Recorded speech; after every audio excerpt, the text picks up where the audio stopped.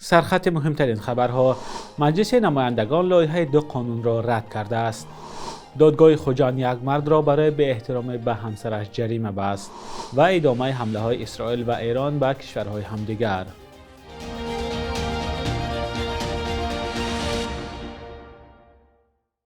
سلام بینندگان عزیز، هفته نو را برای شما شاد باش میگویم. تازه ترین خبرهای تاجیکستان و جهان را از استودیوی دوشنبگی رادیوی آزادی تقدیمتان میکنیم. امروز 23 مارس سال 2026 است. مجلس نمایندگان پلاتای پایانی پارلمان تاجیکستان هفته گذشته در یک اقدام کم سابقه لایحه 2 قانون را برگردانده است. با گزارش نشریه پارلمانی صدای مردم، شورای مجلس نمایندگان 13 مارس قرار کرد که لایحه تغییر الهه‌ها به قانون درباره سرمایه و هوسمندگردانی فعالیت سرمایه‌گذاری برگردانده شود. در خبر رسمی جزئیات داده نشده است. درباره لایحه این قانون و سبب‌های برگرداندن آن در منابع باز نیز معلوماتی نیست. به اطلاع رسمی شورای مجلس نمایندگان روز 16 مارس همچنین لایحه قانون درباره اداره‌کنی رقمی را بازپس گردانده است. درباره سبب‌های برگرداندن این لایحه قانون نیز شرح داده نشده است. لایحه قانون درباره اداره‌کنی رقمی ماه نوامبر سال 2025 رسانه‌ای شده بود. آن وقت مجلس نمایندگان لایحه این قانون را برای دادن خلاصه به کمیته‌های پارلمان فرستاده بود.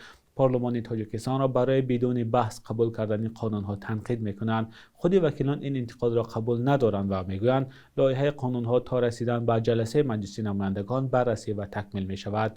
پلاتای پایانی پارلمان تاجیکستان از 63 وکیل عبارت است که اکثر آنها اعضای حزب حاکم خلق دموکراتی و احزاب طرفدار حکومت هستند.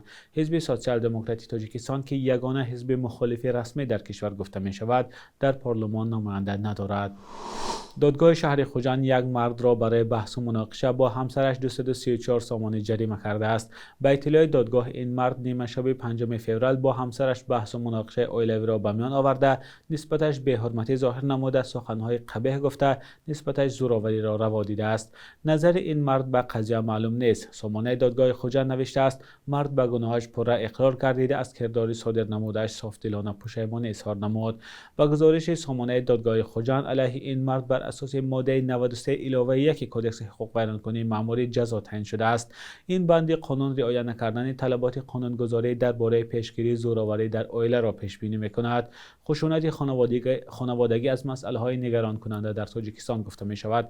به اطلاع رسمی سال 2025 بیش از 3600 شکایت از خشونت در خانواده‌ها ثبت گشته است. این 403 مورد زیادتر به سال 2024 میباشد. خشونت خانوادگی در حال حاضر در تاجیکستان جرم جنایی نیست. مقامات سالها باز ندارند که آن را جرم جنایی بشناسند، ولی این کار تاکنون صورت نگرفته است. در تازه ترین ردبندی‌های جهانی تاجیکستان از روی شاخص شادی یا خوشحالی در بین 147 کشور در مقام 88 قرار گرفته است. در گزارش نوی World Happiness Report 2026 که روز 19 مارس نشر شد، 147 کشور جهان از جنبه‌های مختلف مانند حمایت اجتماعی، امید به آینده، وضعیت تندرستی، احساسات مثبت و منفی و دیگر شاخص‌ها ارزیابی شدند. علاوه بر این، مؤلفان عامل‌های از قبیل درآمد اهالی، سطح آزادی، درک فساد و درازعمری را نیز در نظر گرفتند. این مطالعه بر اساس پاسخ‌های نزدیک به 100,000 نفر در 147 کشور و منطقه انجام شده است. گزارش نو بر تاثیر رسانه‌های اجتماعی و فناوری‌های رقمی بر نیکواحوالی بخصوص بین جوانان تمرکز می‌کند. گزارش سالانه جهانی خوشحالی هر سال با همکاری نهادهای گوناگون سازمان ملل متحد و دانشگاه آکسفورد تهیه می‌شود و هدف آن ارزیابی وضعیت زندگی مردم در کشورهای مختلف و ارائه آن به نهادهای ذی‌ربط برای ایجاد تغییرات مثبت گفته می‌شود. در 2 سال اخیر وزارت کارهای داخلی تاجیکستان از چندین مورد کارتکشی، لطوکو و قتل زنان با دست شوهران سابق آنها خبر داده است. هر سال در تاجیکستان هزارها عائله از هم می‌پاشند و بحث و جنجال طرف‌ها از جمله برای تقسیم مال ملک، خانه یا فرزندان و یا از روی رشک و خصومت باقی می‌ماند. این بحث‌ها هم در بعضی موردها با فاجعه و یتیم ماندن کودکان انجام می‌یابند. در این قسمت برنامه ما درباره یک از چنین حادثه‌ها به شما گزارش پیشنهاد می‌کنیم که در ناحیه مومن آباد رخ داده است. این تختی عروسی جوهربی 27 ساله است که چند پیش از مرگش از خانه سابق شوهر به منزل پدر آورد. شاید امید داشت که با همین دیگر مناقشه او با شوهر و جبر و ظلم پایان می‌یابد، اما چنین نشد. با نقل مادر، شوهرش در همین جا هم به سراغش آمد و او را با 11 ضرب کارد به قتل رساند. مادر جوهربی شاهد حادثه بود. اومد تو گفت که مرا جواب داد گفتم در کجا؟ گفتم میرم دید که جواب داد مرسی طلاق کرد 9 روز استاد خانه ده مرسی طلاق 9 روز استاد روز امروز 16 روز هم 10 روزگی بود یا 9 روزگی هم که مقصد مردکون همون می اومد همون سحر نم خیلی چوی دم کردیم من یکی اومد همین قه کردم که دیگه نتونستمش مثال قطشکم که اون اومد خونه در اومدم خونه میدک ده دیگه هیچ شنه فهمیدم اما قه کردم که نمو ترمستکوی دم کگی را بیره کم پیشم گودک گفتم گودک نسوزن یکم شرخ میشوه و من فکر کردم که چپلق شب کدسته او را من ندیدم کورچشه من فکر کردم چپلق شبش دوره یکی گردم نگاه کم گشتم نگاه کم که همین 3 بارم اوچم طریقت دیگه نمیدونم او ببرو گفت یا نکشد گفت دیگه هیچ شنه فهمیدم همین خیلی 3 بارم خیلی گفت غلطید. ба нақли наздикони ҷавҳарбӣ духтарашон дар гузашта ҳам аз рафтори шавҳар шикоят мекард. خیلی زندگیش میاد شکایت میکرد روز دیگه که من تریم حساب گفتم گلاکوش تغییر نشه یک موی میره جنجال میشه خیفم بچم زندگی صبر توقت کو. ҷавҳарбӣ баъди ҷудо шудан аз шавҳари аввал бо наврӯзи зафар ки дар ҳамсоягии онҳо зиндагӣ мекард оиладор шуд. дар 4 соли зиндагии муштарак соҳиби 2 фарзанд шуданд. яке 3 ва хурдӣ ҳамагӣ 1.5 сол дорад.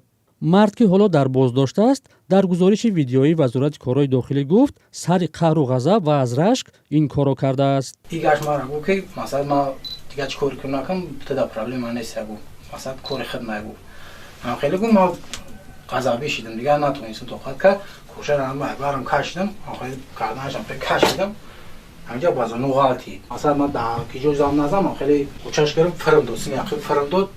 аммо волидони зан мегӯянд рашк як баҳона буд. аммо ҳисоби қонун ислом ҳисоб қонуни ҳукумат ин дига ҳақ надорад ки мисол зан шавҳарӣ кунад мисол рашк пайдо кунад вақте ки рашк пайдо мекард мисол дӯст медошт ҳамин фикри фарзандоша мекард ҳамин мисол ҷавобша намедод ва ин коручи намекард ҳамаи бунаи рашк карда ки ба фалони дида ки фалони. ба гуфтаи мақомоти ноҳияи муъминобод наврӯзи зафар баъд аз ҷудо шудан аз ҳамсари аввалаш бо ҷавҳарбӣ издивоҷ карда буд. зани якуми ин мард 3 сол пеш худкушӣ кардааст. дар ин қазия ҳам наврӯзи зафарро гумонзад медонанд. ҳарду ҳамин парвандаҳои ҷиноятӣ дар истеҳсолоти ягона якҷоя карда шуданд ва айни ҳол ҳарду ҳолат мавриди тафтиш қарор дорад. ҳоло 2 фарзанди ҷавҳарбӣ ва наврӯз дар тарбияи 2 оила қарор доранд. як муддат дар хонаи волидони ҷавҳарбӣ буданд ва ҳоло ба назди хонаводаи падар бурда шуданд. дар соли 2025 дар тоҷикистон беш аз 8.5 ҳазор хонавода аз ҳам ҷудо шудааст. дар натиҷа ба иттилои кумитаи кор бо занони тоҷикистон қариб 7.5 ҳазор кӯдак мисли ин 2 тифли акнун маҳрум аз оғӯши модар ба истилоҳ зиндаятӣ мондаанд. بینندگان عزیز این گزارش بخشی از برنامه سلام خواهر بود. شکل کامل این برنامه که با موضوع اذیت زنان از دست شوهران سابقشان بخشیده شده است در صفحه آزادی ویدیو در یوتیوب و صفحه ما در شبکه‌های اجتماعی دسترس است.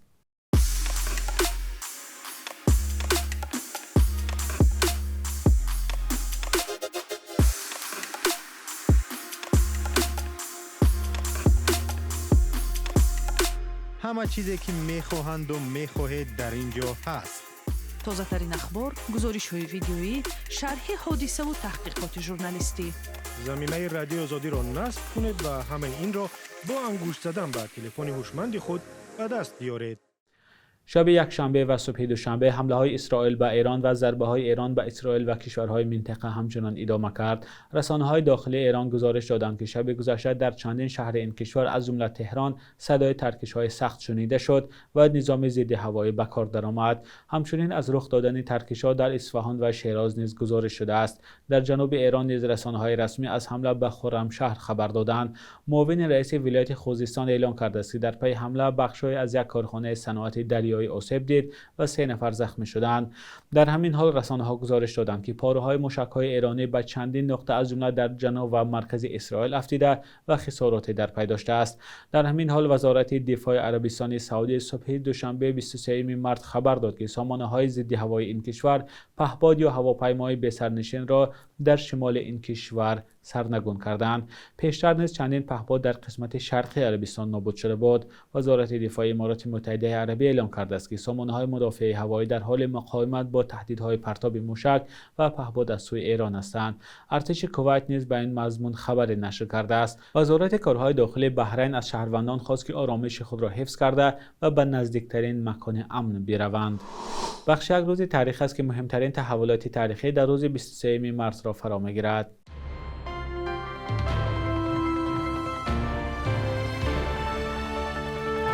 баъди даъвоҳои чандин солаи додгоҳӣ моҳи марти соли 2017 ширкати тоҷикистони талко дар бораи созиш бо русал ва хатми ҳама даъвоҳо хабар дод. бар асоси ин мувофиқа ширкати русӣ ба корхонаи алюминии тоҷикистон соли 200 000 гилхок дастрас мекунад ва талко биноҳои ҳаят реҷенсии душанбе ва сазиданиеро дар ихтиёри русал вогузор мекунад. решаи баҳс ба соли 2004 ва ваъдаи русал ба сармоягузорӣ дар сохтмони роғун ва корхонаи нави алюминӣ бармегашт. русал гуфт ки ба пешрафти тиҷоратиаш дар тоҷикистон умед надорад. дар тоҷикистон рӯзи 23 феврали соли 2021 маъракаи расмии эмкунӣ бар зидди коронавирус шурӯъ шуд ки баъди як соли пандемияи COVID-19 умедвориҳоеро барои боло бурдани масунияти дастаҷамъии сокинон ба миён овард. бо ёрии созмони ҷаҳонии тандурустӣ ба тоҷикистон бастаҳои калони воксинаҳои сохти ғарб ворид шуд. нобоварӣ ба ваксина ки дар оғози маърака вуҷуд дошт тадриҷан кам шуд ва мақомот аз эмшавии бахши калони сокинони аз 18 сола боло хабар доданд. 23 марти соли 1934 олими кимиёшиноси маъруф ҳомид ёқубов таваллуд шудааст ки дар 54 соли умраш барои пешрафти илми кимиёи тоҷик хеле кор кард.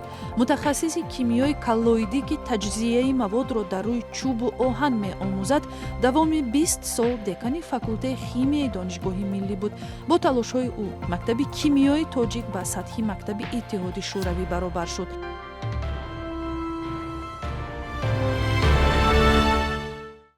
صبح امروز در بانک‌های تجارتی تاجیکستان 1000 روبل روسیه به 114-115 سامان برابر از 100 دلار آمریکایی باشد تا 954-955 سامان ارزش دارد. قرب رسمی بانک ملی تاجیکستان برای 23 مارس چنین تعیین شده است.